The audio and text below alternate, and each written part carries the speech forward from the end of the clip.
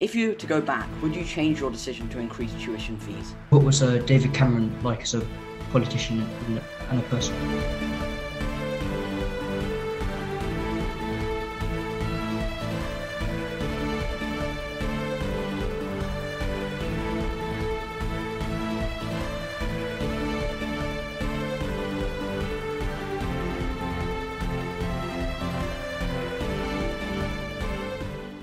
Hello, everyone, and welcome back to Politics Relaxed podcast.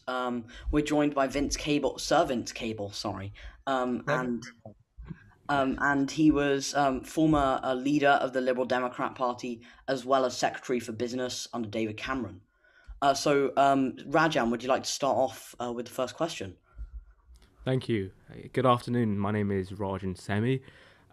Thank you very much for joining us on the show today. After a glorious 50 years in British politics, including a few failed attempts at a seat in the House of Commons dating back to 1970, but there have also been many successes. What have you learnt over the years from any mistakes you have made, and what advice would you give to a young person who is trying to get into politics? Well, I've made numerous mistakes, and you do as you progress through life, and I still make mistakes. But you just have to learn from them. I think, my experience, I'd just make 2 points, and they may be particular to me, but I think they have wider application. I mean, the first is you have to be persistent and patient in politics. There are some people who, for whom things come easily and quickly. Mr. Sunak has sort of more or less fallen into being Chancellor of the Exchequer without doing a great deal. And, Cameron became Prime Minister. It was almost as if he was being born to do it. But most of us have to struggle, and you get defeated, and then you have to fight back, and you don't get candidacies, and then you have to keep trying. So that's the first point about patience and persistence. And I think the second point, which I feel very strongly about, is that you have to have a secure personal hinterland. I've been very happily married twice, and had a family, and I actually gave them priority over politics at key stages, and I think that was the right thing to do. And then when you do retire and look back, as I'm now doing, I've got a secure, contented family behind me. And a lot of politicians give up everything for their politics, and then something bad happens and they've got nothing. So the second is have a sense of perspective and recognize that your personal relationships probably matter more than the politics will ever do. Thank you very much. Thank you for coming on today. It's a great pleasure to have you on. So you lost your seat in 2015.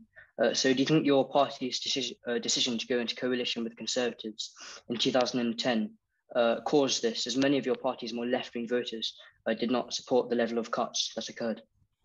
No, that's not the reason I lost, and why most of my colleagues lost. No, the decision to join the coalition was very controversial. Some of us were very uncomfortable about it, though we supported it because of the political logic. And the political logic was of two forms. One was the numbers in the 2010 election. It was the only way to form a stable government. The second is we were in the middle of a raging financial crisis, and we felt, in the national interest, work with people who we didn't necessarily like, but we felt we had no alternative. No, we did suffer considerable political damage from doing that. But actually, if you look at the arithmetic, the reason why I lost in Twickenham wasn't because I think 3,000 people switched from the Lib Dems to Labour or the Greens in protest. Some did, but actually I'd have still got back if that was the only factor. I mean, what happened is that during the 2015 election campaign, the Tories, basically stabbed us in the back. I mean, they sent personalised letters to everybody in Twickenham and indeed all our Lib Dem seats saying if you vote for Vince Cable or the Lib Dems, you're going to get a socialist government with the Scottish Nationalists. And people in Twickenham and elsewhere got very alarmed and they panicked and switched to the Tories. So that's what did for us. Had it just been disaffection with the coalition and cuts, we'd have lost some seats, but we'd have got back with 30 MPs rather than 8. And that's, if you do your electoral analysis, look at the numbers, that's what they tell you. But in the event, I think people realized in 2015 that they'd made a mistake and they'd been rather conned. And when I stood again in 2017, I got back with an enormous majority, I think over 10,000. And I get people on the doorstep saying, well, we did make a mistake. We shouldn't have voted against you. And I got back in again. Yeah. Carrying on with the coalition, of course, we're all students and Rajan's going to university next year. If you were to go back, would you change your decision to increase tuition fees? I don't think there was any alternative. The tuition fees, of course, if you remember, were introduced by the Labour government. The question is what happened then. We were faced in 2010 with an enormous black hole in the budget. A lot of money was going to be cut from universities. And the question was how you do it.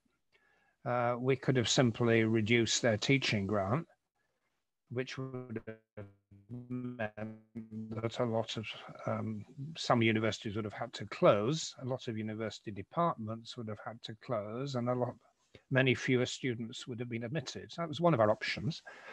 Another option was that, which has been advocated by people in the Treasury and elsewhere, is that we take the money instead from further education colleges and working class kids who don't go for university. I thought that was totally wrong. I wasn't willing to do that. And indeed, I put more money into apprenticeships. The only other option, well, there was another option, which was to take the money from student grants and loans for maintenance, which, as you will know, is the biggest cost facing students. And that actually is what previous governments have been doing. They've been squeezing maintenance. And we took the view that was wrong, because if you go to university, the things you need to pay for is the maintenance. You don't pay for the fees. It's a loan scheme, and you don't pay for 25, 30 years. So when I was responsible ultimately for the decision, which was to increase the tuition fees, which is basically a form of graduate tax. I mean, as you know, you don't pay a penny when you go to university for tuition, but you gradually pay providing you have a reasonable salary. The threshold, I think, is 23,000, something like that, maybe 25, but it's gone up, I think. And actually, most students, certainly those who become graduates on low incomes, don't pay, or they don't pay very much.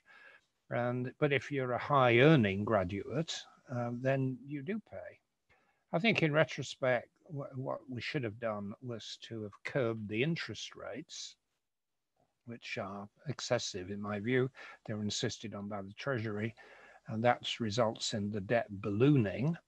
But the principle that students should pay something for their tuition and to do it not upfront, which would have, of course, discouraged all the low-income students, but to do it gradually over people's lifetime in the form of a tax seemed to be a perfectly reasonable one. Of course, nobody understood that, and we got badly hammered for doing it.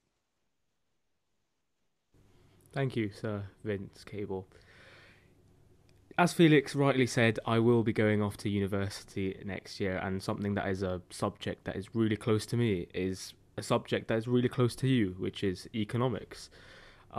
In January of 2011, in the wake of the financial and fiscal crisis, you wrote a brilliant article for the New Statesman about recovering from the crash.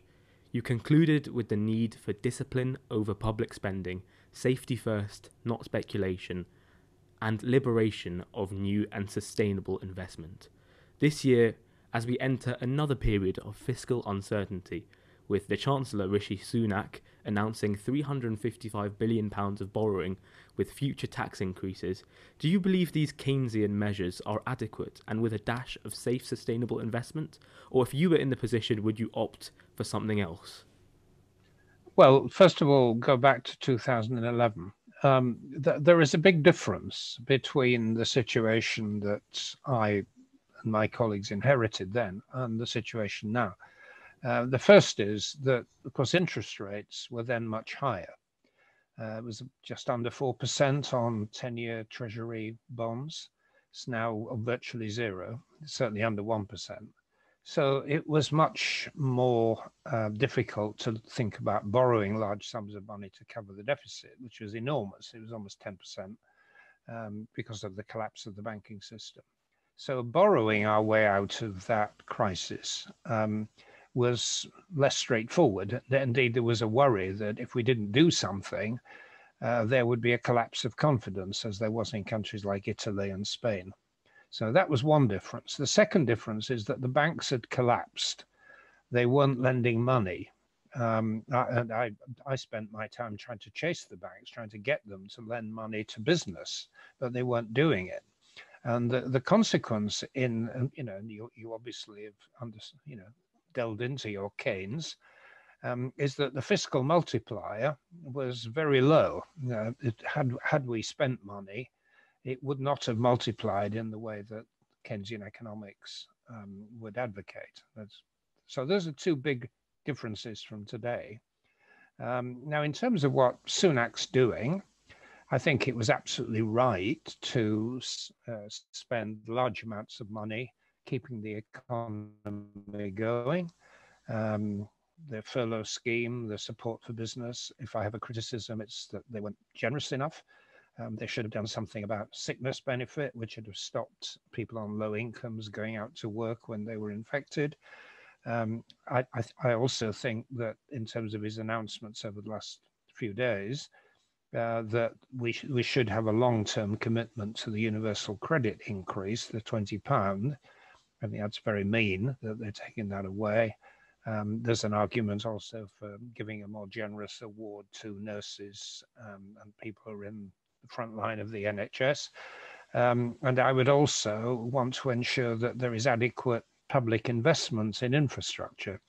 And the one big criticism of the coalition government that I think was valid, and indeed I argued this constantly internally with Osborne, and it's sort of hinted at in the New Statesman article that I wasn't allowed to say so, is that we didn't do enough public investment.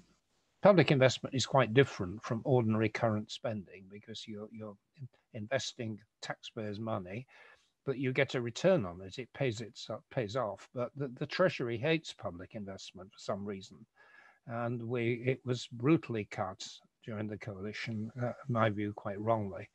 And the valid criticism of austerity was not that there was too much discipline over public spending, but that the discipline was in the wrong place. And in particular, it choked off lots of things we should have been doing to invest in railways, telecommunications rollout, and science investment, and the rest of it.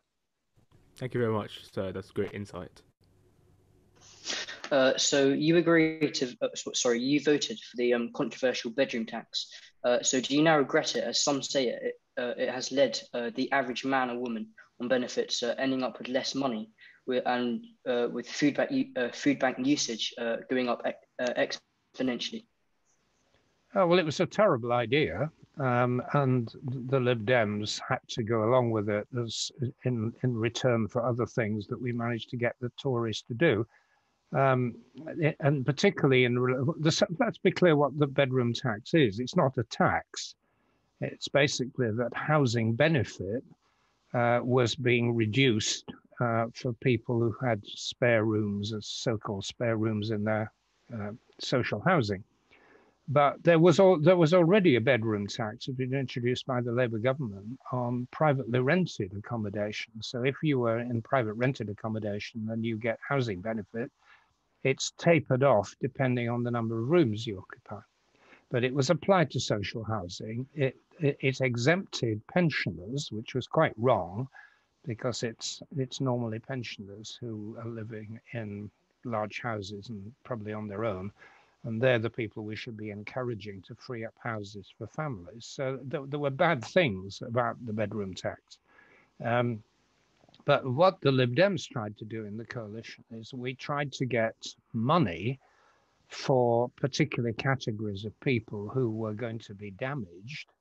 For example, if you were disabled and you had to have an oxygen cylinder in a room, or if you had to have for families who had a breakup and somebody came to visit for the weekend, that kind of thing. We should have been more generous about that, and we'd managed to get more money out of the treasury to compensate families who were negatively affected. And I personally, as the MP, checked every single case of people in Twickenham who were affected by the bedroom tax, as you call it. There weren't many. I think it was only 75, 80, something like that. And with a couple of exceptions, I think they were all effectively compensated for the extra cost. So it has become a big stick to beat the coalition with, and the Lib Dems in particular. But actually, when you look into the history of it and the detail of it, it wasn't anything like as bad as has been portrayed. Yeah. I want to ask, because Black Lives Matter, of course, last year was a huge thing, but you once said gender isn't an issue anymore, rightly so. Thanks to Obama, race isn't really an issue anymore. Do you regret these statements, and do they still stand? No, I didn't say it didn't matter anymore. I said what I did say was that I thought the situation had improved, which I think it has done. I mean, I said it really from the basis of personal experience. I came back to the UK in 1968 with my wife, who was Indian, East African Asian, and we saw, racism in the raw. I mean, it was really ugly, and there was open discrimination and abuse on the streets, and we saw it, and my wife experienced it. And there have been episodes, very nasty episodes of open racism ever since. The episodes of, I don't know anybody supports Chelsea, but in I think the 1990s, 80s, 90s, it was going to a football match was absolutely terrible. Black players were just shouted at, bananas thrown at them, all kind of horrible abuse. I mean, a lot of that has gone. I mean, there are undercurrents of racial prejudice, undoubtedly, and some, particularly in the older generation, some of the old attitudes linger, but it's improved, and I said they'd improved. But it's what made me quite angry. I mean, there are some people who, in the kind of fighting racism, who insist that things are always getting worse, and that didn't seem to be, either accurate or helpful. Yeah, thank you. Just another one. In 2014, the Department of Business, Innovation and Skills, then overseen by you, approved the sale of 7 officially decommissioned Hawk-class Norwegian armoured mobile torpedo boats to Nigerian warlord Tumpolo. Did you have any knowledge of this, and was this the right decision? Well, I certainly have no knowledge of it, and I have no recollection. I mean, I about several thousand armaments licenses are issued every year, and a small number of them, which are controversial, come to ministers. But I have no recollection whatever of this, and it doesn't seem to me right what you've just said. I mean, you've obviously researched it, but arms sales are normally certified to the government, and the Nigerian government, when I was the minister, was elected. I went to Nigeria and met some of the key people in the administration, and I don't think there was any reason why we would have reservations about selling the Nigerian armed forces armored motorboats. So I don't recognize the story you tell me. Yeah, okay, thank you. Thank you, sir. One journalist claimed that if Keir Starmer wants a shot at number 10 in 3 years, the party must be open to working with the Greens and the Lib Dems, particularly given the impending constituency boundary changes and SNP strength north of the border. How open would you be to a Liberal Democrat Labour Green partnership? And to what extent do you believe this partnership is necessary to get the Tories out of power? Well, I think the answer is yes and yes. I'm certainly very open to it. I think it is necessary. When I was party leader for a couple of years, 17 to 19, I openly worked for a pact with the Greens, which actually we have in the borough. I don't know whether you're aware of that, but I negotiated with Caroline Lucas an understanding locally that she stood down the Green candidate in Richmond, which would have cost the Lib Dems the seat if we'd had Green competition. And in return, I persuaded the local Lib Dems to allocate seats to the Green Party in the last local elections. And it was on the back of that they got, I've forgotten, was it 4 or 6 councillors elected, and it was done in a partnership agreement with the Lib Dems. And I similarly got us to work with the Welsh Nationalists in Wales. We had an agreement with them too. It wasn't possible to work with the Labour Party because of Jeremy Corbyn. The differences were so fundamental. And there was also a lot of bad blood with the Labour Party. But in 2 years' time, 3 years' time, at the next election, I think the situation will be different. Sir Keir Starmer's an eminently sensible guy, as far as I can see. I can't think of anything I really disagree with him about. And I think there will be the basis for tactical voting. I don't think the formal pact would work. Very difficult. Lots of local jealousies and things of this kind, but it might.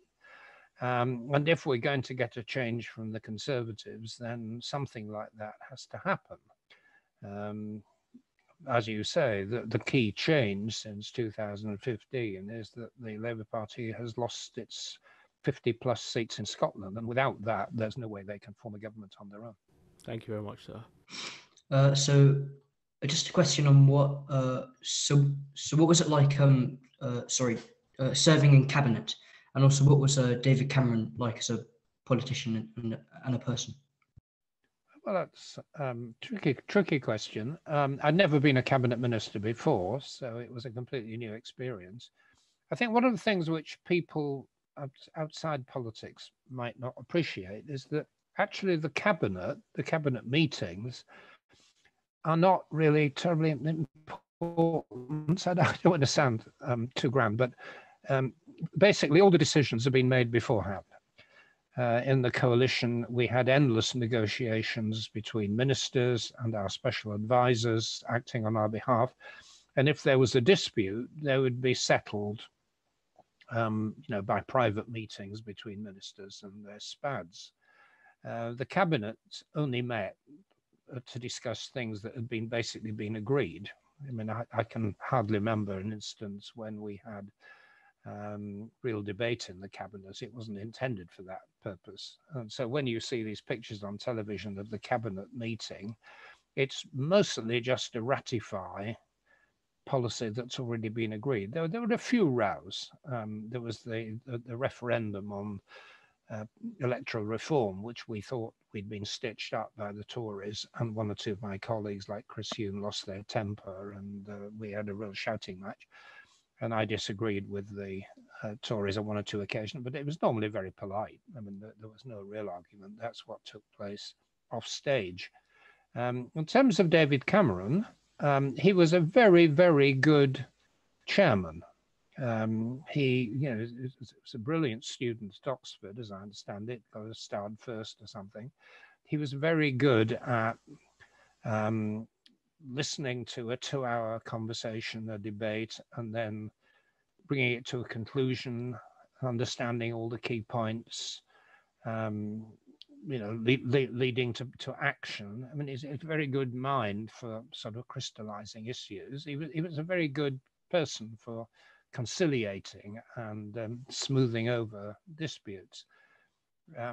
He made one terrible mistake in his political life, which was the referendum on Europe, and that destroyed him. I mean, he'd never really made any very bad mistakes up to that point, but that one thing has, he's now basically outlawed from public life. I mean, nobody wants to know him because it was such catastrophic consequences.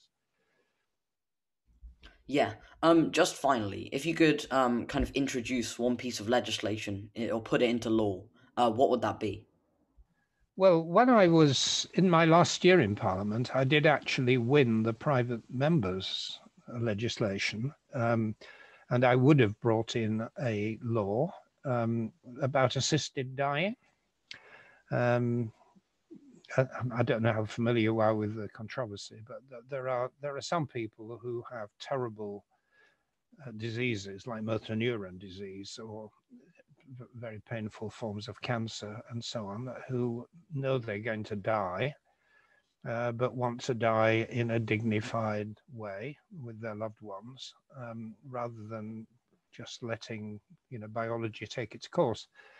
Of course, you have to be very careful with safeguards that that's not abused, but I think there's a very strong feeling amongst the public and certainly in Parliament that we need to change the legislation so that if people do participate in assisted dying of a loved one, whether it's a doctor or a spouse, that they're not then treated as criminals. And that's what the law change would have been. And if we hadn't had the early general election in 2019, I would have brought that legislation in, and I think it may well have passed. Thank you very much for giving up your time. I'm very excited. I'm very excited. You've just got a new book out, Money and Power: World Good. Leaders Who Changed Economics. I've just downloaded it, and I'm very excited to read it. So thank you for giving up your time. Thank you for watching.